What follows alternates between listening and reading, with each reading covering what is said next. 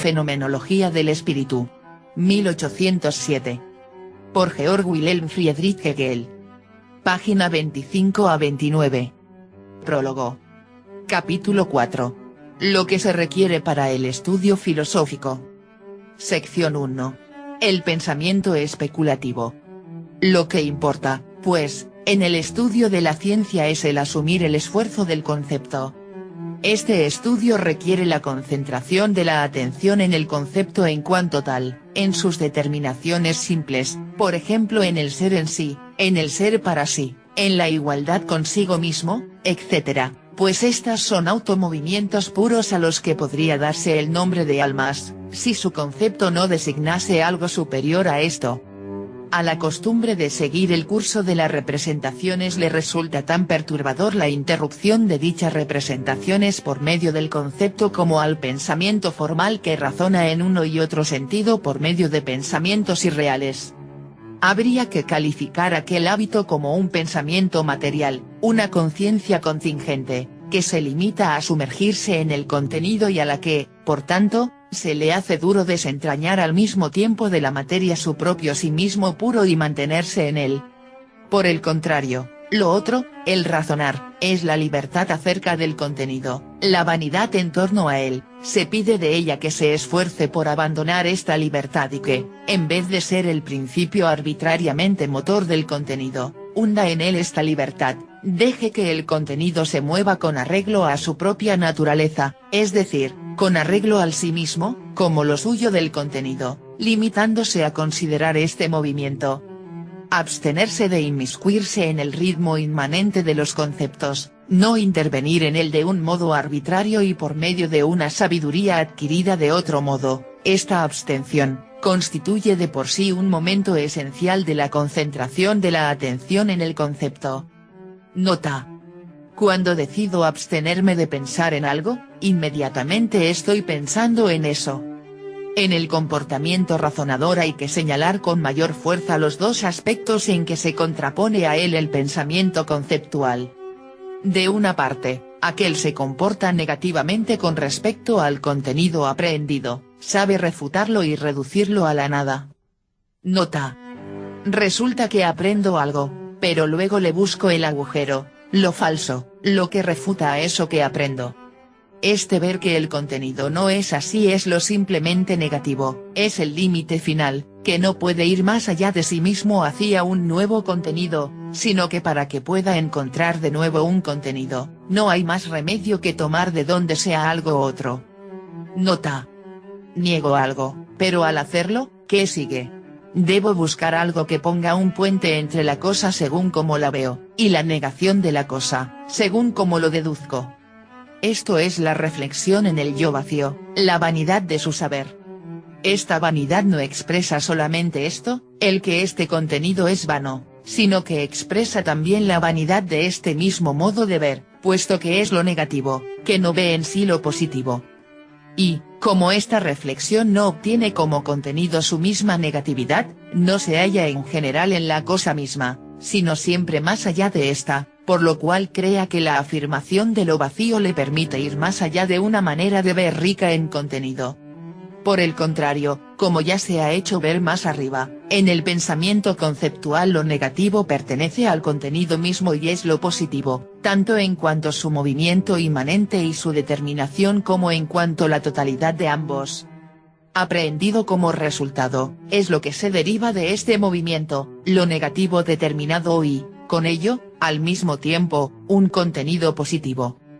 Ahora bien, si tenemos en cuenta que tal pensamiento tiene un contenido, ya se trate de representaciones, de pensamientos o de una mezcla de ambos, encontraremos en él otro aspecto que le entorpece la concepción. La naturaleza peculiar de este aspecto aparece estrechamente unida a la esencia de la idea misma a que nos referíamos más arriba o, mejor dicho, la expresa tal y como se manifiesta en cuanto movimiento, que es aprehensión pensante. En efecto, así como en su comportamiento negativo, del que acabamos de hablar, el pensamiento razonador es por sí mismo el sí al que retorna el contenido, ahora, en su conocimiento positivo, el sí mismo es, por el contrario, un sujeto representado, con el cual el contenido se relaciona como accidente y predicado. Este sujeto constituye la base a la que se enlaza el contenido y sobre la que el movimiento discurre en una y otra dirección. En el pensamiento conceptual ocurre de otro modo. Aquí, el concepto es el propio sí mismo del objeto, representado como su devenir, y en este sentido no es un sujeto quieto que soporte inmóvil los accidentes, sino el concepto que se mueve y que recobra en sí mismo sus determinaciones. En este movimiento desaparece aquel mismo sujeto en reposo, pasa a formar parte de las diferencias y del contenido y constituye más bien la determinabilidad, es decir, el contenido diferenciado como el movimiento del mismo, en vez de permanecer frente a él. El terreno firme que el razonar encontraba en el sujeto en reposo vacila, por tanto, y solo este movimiento mismo se convierte en el objeto.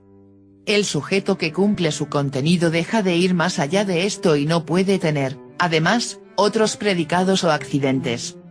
La dispersión del contenido queda, por el contrario, vinculada así bajo el sí mismo, no es ya lo universal que, libre del sujeto, pueda corresponder a varios. Por tanto, el contenido no es ya, en realidad, predicado del sujeto, sino que es la sustancia, la esencia y el concepto de aquello de que se habla.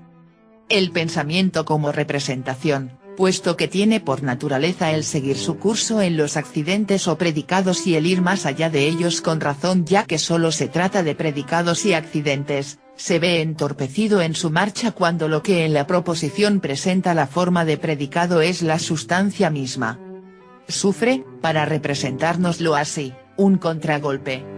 Partiendo del sujeto, como si éste siguiese siendo el fundamento, se encuentra, en tanto que el predicado es más bien la sustancia, con que el sujeto ha pasado a ser predicado, y es por ello superado así, y, de este modo, al devenir lo que parece ser predicado en la masa total e independiente, el pensamiento no puede ya vagar libremente sino que se ve retenido por esta gravitación.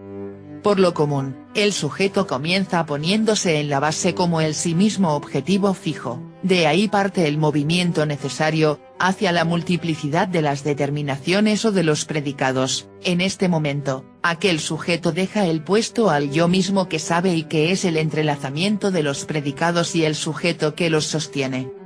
Pero, mientras que aquel primer sujeto entra en las determinaciones mismas y es el alma de ellas, el segundo sujeto, es decir, el que sabe, sigue encontrando en el predicado a aquel otro con el que creía haber terminado ya y por encima del cual pretende retornar a sí mismo hoy, en vez de poder ser, como razonamiento, lo activo en el movimiento del predicado, como si hubiera que atribuir a aquel este predicado u otro, se encuentra con que, lejos de ello, todavía tiene que vérselas con el sí mismo del contenido, si no quiere ser para sí, sino formar un todo con el contenido mismo. En términos formales, puede expresarse lo dicho enunciando que la naturaleza del juicio de la proposición en general, que lleva en sí la diferencia del sujeto y el predicado aparece destruida por la proposición especulativa y que la proposición idéntica, en que la primera se convierte, contiene el contragolpe frente a aquella relación. Este conflicto entre la forma de una proposición en general y la unidad del concepto que la destruye es análogo al que media en el ritmo entre el metro y el acento. El ritmo es la resultante del equilibrio y la conjunción de ambos. También en la proposición filosófica vemos que la identidad del sujeto y el predicado no debe destruir la diferencia entre ellos, que la forma de la proposición expresa, sino que su unidad debe brotar como una armonía. La forma de la proposición es la manifestación del sentido determinado o el acento que distingue su cumplimiento, pero el que el predicado exprese la sustancia y el sujeto mismo caiga en lo universal es la unidad en que aquel acento da su último acorde. Para ilustrar por medio de algunos ejemplos lo ya dicho, tenemos que en la proposición Dios es el ser, el predicado es el ser, este predicado tiene una significación sustancial, en la que el sujeto se esfuma. Ser no debe ser, aquí, el predicado, sino la esencia, pues con ello, Dios parece dejar de ser lo que es por la posición que ocupa en la proposición, es decir, el sujeto fijo. El pensamiento, en vez de pasar adelante en el tránsito del sujeto al predicado, se siente, al perderse el sujeto, más bien entorpecido y repelido hacia el pensamiento del sujeto, porque echa de menos a este, o bien encuentra también el sujeto de un modo inmediato en el predicado, puesto que el predicado mismo se expresa como un sujeto, como el ser, como la esencia, que agota la naturaleza del sujeto, y así, en vez de recobrarse a sí mismo en el predicado y moverse libremente para razonar, el pensamiento se encuentra todavía más hundido en el contenido o, por lo menos, se hace presente ahora la pretensión de ahondar en él. Del mismo modo, si se dice que lo real es lo universal, vemos que lo real se desvanece, como sujeto, en su predicado. Lo universal no debe tener tan solo la significación del predicado, como si la proposición enunciara que lo real es lo universal, sino que lo universal debe expresar la esencia de lo real. Por tanto, el pensamiento pierde el terreno fijo objetivo que sujeto del contenido. Sobre este entorpecimiento habitual descansan en gran parte las quejas acerca de la ininteligibilidad de los escritos filosóficos, suponiendo que, por lo demás, se den en el individuo las condiciones de cultura necesarias para comprenderlos.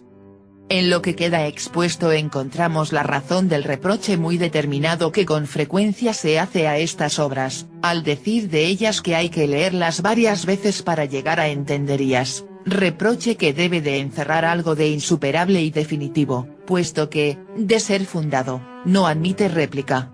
De lo que dejamos dicho se desprende claramente cómo se plantea la cosa.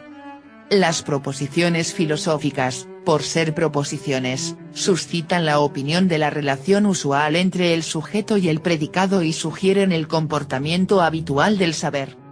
Y este comportamiento y la opinión acerca de él son destruidos por su contenido filosófico. La opinión experimenta que las cosas no son tal y como ella había creído, y esta rectificación de su opinión obliga al saber a volver de nuevo sobre la proposición y a captarla ahora de otro modo. Una dificultad que debiera evitarse es la confusión del modo especulativo y del modo razonador, consistente en que lo que dice del sujeto tiene una vez la significación de su concepto, y otra, en cambio, solamente la de su predicado o accidente.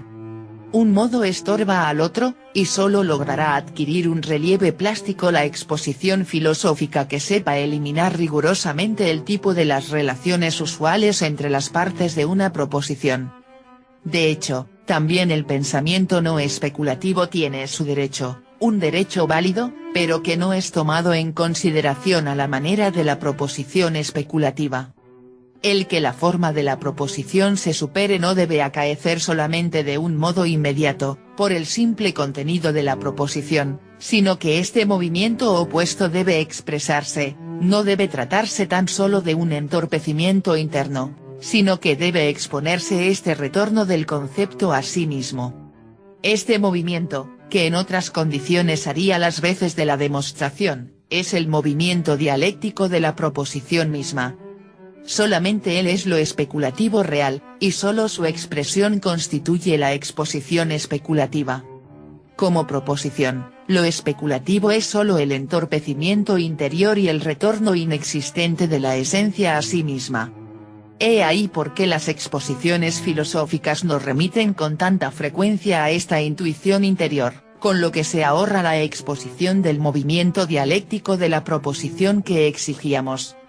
La proposición debe expresar lo que es lo verdadero, pero ello es, esencialmente, sujeto, y, en cuanto tal, es solo el movimiento dialéctico, este proceso que se engendra a sí mismo, que se desarrolla y retorna a sí. En cualquier otro conocimiento, es este lado de lo interior expresado lo que sirve de demostración. Pero, una vez separada la dialéctica de la demostración, el concepto de la demostración filosófica se ha perdido, en realidad. Cabe recordar, a este propósito, que en el movimiento dialéctico entran también proposiciones como partes o elementos, parece, pues, presentarse de nuevo a cada paso la dificultad señalada y como si fuera una dificultad de la cosa misma. Es algo parecido a lo que sucede en la demostración usual, en que los fundamentos empleados requieren a su vez una fundamentación, y así sucesivamente, hasta el infinito. Pero esta forma de fundamentar y condicionar corresponde a un tipo de demostración diferente del movimiento dialéctico y, por tanto, al conocimiento externo. El elemento del movimiento dialéctico es el puro concepto, lo que le da un contenido que es, en sí mismo y en todo y por todo, sujeto. No se da, pues, ningún contenido de esta clase que se comporte como sujeto puesto como fundamento y al que su significación le corresponda como un predicado, inmediatamente, la proposición es solamente una forma vacía. Fuera del sí mismo intuido de un modo sensible o representado, solo es, preferentemente, el nombre como tal nombre el que designa el sujeto puro, lo uno carente de concepto. Por esta razón, puede ser útil, por ejemplo, evitar la voz Dios, ya que esta palabra no es de modo inmediato y al mismo tiempo concepto, sino el nombre en sentido propio, la quietud fija del sujeto que sirve de fundamento. En cambio, el ser o lo uno, por ejemplo, lo singular, el sujeto indican también de por sí, de un modo inmediato, conceptos. Aun cuando de aquel sujeto se digan verdades especulativas, su contenido carece del concepto inmanente, pues éste se da solamente como sujeto en reposo, y aquellas verdades, debido a esta circunstancia, adquieren fácilmente la forma de lo puramente edificante.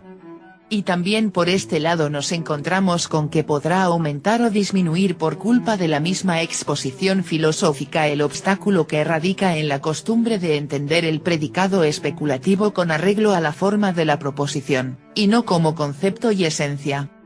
La exposición deberá, ateniéndose fielmente a la penetración en la naturaleza de lo especulativo, mantener la forma dialéctica y no incluir en ella nada que no haya sido concebido ni sea concepto. Página 29.